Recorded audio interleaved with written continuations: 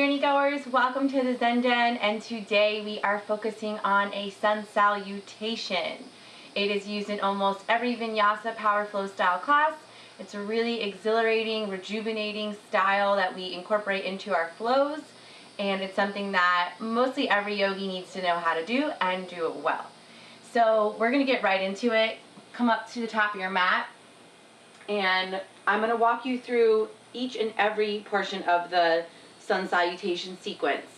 Some people might say there's 11 or 12 different movements. Depends on whether you incorporate plank pose into the sequence or not. Actually, I lied. How about you sit down and watch me, and I'll just quickly run through the motions, and then we'll do it together. Starting at the top of your mat with big toes touching, you're going to be in mountain pose. On an inhale breath, the hands sweep out to the side and up and high for 𝗬𝗏 You create length and space here. On an exhale, you forward fold, relaxing the chest down towards the mat.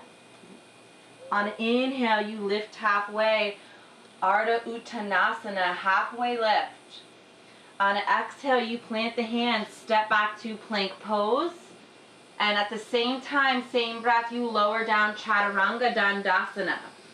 On an inhale, you flip the toes, lift the chest, open the heart, 𝗬𝗏𝗏, oh gosh, I'm just having a brain fart, upward facing dog. Exhale to lift the hips high and roll over the toes for downward facing dog, Adho Mukha Svanasana. From here, depending on the style of yoga you practice, you stay for maybe 1 to 5 breaths. You inhale to gaze forward, exhale to hop, top of the mat. Inhale, lift up halfway, Ardha Uttanasana, flat back. And exhale to fold, Uttanasana. Inhale, sweep the arms out to the side, grow tall, palms touch overhead, 𝗬𝗏𝗏. Exhale, hands down through heart center, back to Tadasana, mountain pose. So, whoa, this is my first time stepping on the mat this morning, and already I can feel myself, my heartbeat is rising, my limbs are starting to open up, feeling a lot more warm. This sequence is traditionally meant to be practiced at the beginning of your practice, okay? So it's been integrated and changed, and you know, everyone has their own flow when you're a yoga teacher. So you're going to see it used a lot of different ways with a lot of different modifications. But that is the traditional sequence. Now let's just walk through it all so that you can understand, you know, what needs to activate, what needs to soften, just the body mechanics of it so that you can prevent injury and be practicing yoga for a lot more years. I'm also going to hand you over some modifications because we don't step on our mat with the perfect flow or the perfect muscular build to support this style of sequence. I know I certainly didn't, so let's just work up to it, yeah? Let's start at the top of our mats. Now you can join me. Bringing big toes together to touch. Start to activate the entire body from the ground up. So hugging muscle to bone, shoulders going down and onto the back, palms facing forward, energy through the crown of the head. We're into Tadasana, mountain pose. On an inhale, we sweep the arms out to the side and up overhead for 𝗬𝗏𝗏. We grow super tall here. On an exhale, I suggest bending the knees, hands come down through heart center. The belly is active here. Forward fold, Uttanasana. On an inhale, lift halfway, hands come to shins or the floor if you're really flexible. Flat back, energy through the crown of the head, low belly hugging in. This is an inhale breath. We exhale to plant the hands, okay? When we come to plant the hands here, the belly has to hug up and in to support the next movement. So you're either stepping back to plank pose or shooting it straight back to Chaturanga, which we'll get to. So hands plant on the exhale, hug belly up and in, round the back. Step back, plank pose. From here, our shoulders just slightly past our wrists, we gaze forward and we exhale down to Chaturanga Dandasana. Notice how I'm making a 90-degree angle from my shoulders to my elbow to my wrists. This takes a lot of work here. On an inhale, you press into the heels of your hands, lift the shoulders, flip the toes, come up into upward facing dog. The legs are active, the belly's hugging in, the shoulders are rolling back, the heart and sternum are pulling through. The back bend is coming in the thoracic spine, so it's not in the low back. From here, exhale, you hug the belly up and in as you lift the hips.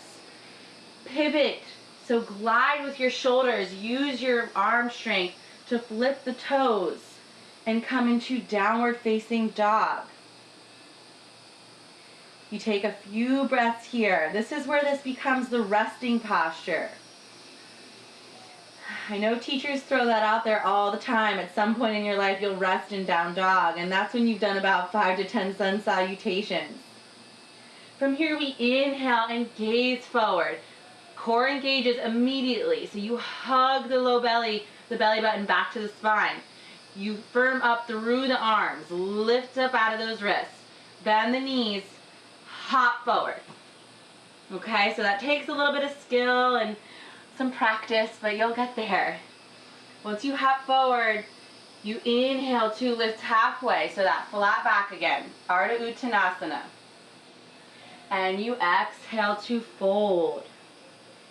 On an inhale, again, activate the core, hug the belly in, bend the knees, sweep the arms out to the side, all the way up, Urdhva Hastasana. Exhale, hands down through heart center, mountain pose. Let's talk about modifications, okay? Because like I said, you don't step on your mat with the perfect body or the perfect muscular build or flexibility. That's why you're on the mat, right? So beginning from the beginning part where we inhale the arms high, we exhale to fold, we inhale to lift halfway, we exhale and step back to plank pose. This is where the modifications start. So from here, instead of lowering into Chaturanga, which takes a lot of upper body strength, you can lower the knees down to the mat, still let the shoulders slightly past the wrists, and lower all the way down to the belly. From here, instead of doing upward facing dog, you would bring the elbows, magnetize them to the back, so magnetize towards one another, roll shoulder blades onto the back, and lift up for Cobra pose, Bhujangasana. This is even more work to me than upward facing dog, but it's not as deep of a back bend. From here, you would release back down, and either using the knees or not, push back up to a tabletop style pose and back to downward facing dog. Another modification is coming from plank pose and doing knees, chest, chin. So it's exactly like it sounds. Knees, lower down the chest. Notice how my elbows stay directly by my sides, preparing me for that Chaturanga Dandasana. So lowering down, chest, chin. It's kind of a funny shape. Then you release and inhale up, Cobra pose, Bhujangasana. Exhale, bring it back up. Lift the hips, find downward facing dog, Adho Mukha Svanasana. Now when you inhale to gaze forward, and I recommended hopping, but I will tell you that that doesn't come on your first day, and it doesn't come maybe in your first year. So instead of hopping forward, if you're not into that, from downward facing dog, inhale to gaze forward, and you can exhale and step. That does take some core work to step up to your hands. In addition to that modification, you can also just walk the hands. So downward facing dog, inhale to gaze forward, and just walk your toes up to your hands. Inhale, lift halfway, and exhale to fold. So let's go back and talk about what we just covered. So the movement, the sun salutation, is 11 to 12 linked poses. The biggest thing you have to take away from this sequence or this tutorial is that you're always linking your breath with movement. So maybe the yoga teacher is guiding you and you're one breath off. Stay with your breath. Your breath is the most important, not your neighbor's, not your teacher. but your own breath, okay? So always notice where you are in the sequence and just stay with it.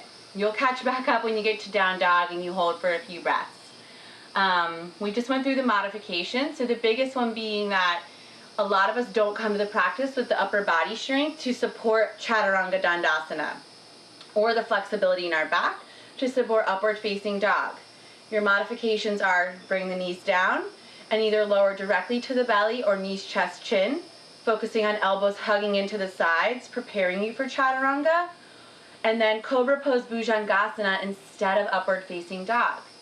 And slowly but surely in time, you will work up into the complete sequence on your own.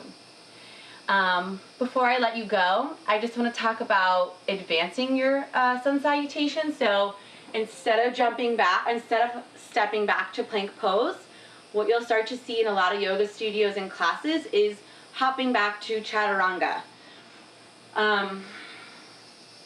It looks really cool, it's fun, it's fancy. When you first get into yoga, you're like, damn, I want to do that. My neighbor's doing that. So let me just walk you through it. You can practice. You're really close to the ground, so you're not going to fall very far if you do fall. Just the biggest thing is that I want to really caution you about hopping back and not having the strength to support yourself and really just sinking into the pose and just really effing with your shoulder girdle, triceps, you know, the entire arm system and chest. Over time, you will deteriorate yourself if you're not doing the 90-degree angle, which is shoulder to elbow stacking over wrist, okay? So build the strength first and then come to the fun stuff. Here we go. Top of the mat, big toes together to touch. Inhale the arms high. Exhale to forward fold, bend the knees. Drop the head and neck. Inhale, lift halfway. Exhale to plant the hands. So you almost want to become like a springboard here. So you plant the hands, you bend the knees, you really round the back and hug the core in. From here, you would exhale and hop back, Chaturanga. You would inhale up, Urdhva Mukha. Exhale back, Adho Mukha. Let's go over that again, okay? So from the top, or from halfway lift, right? You inhale to lift halfway. You exhale and plant the hands, hop it back, Chaturanga. Notice my arms here, okay? Notice how integrated the body is. It's one long line of energy. When you come into upward facing dog, you don't want to sweep forward, okay? From here, you lift with your you lift with the strength of your chest and arms straight back up to flip the toes and come into upward facing dog.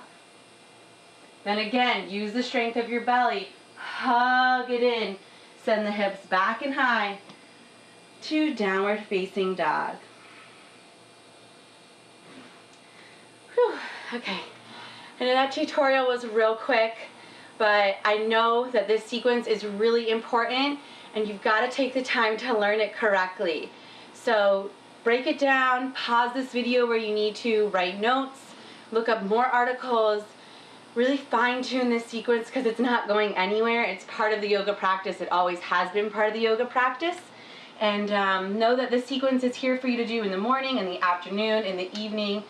It's energizing, it's toning, it's building, it's strengthening. It just feels really damn good. So thank you for joining me in the Zen Den, and I'll see you back here soon.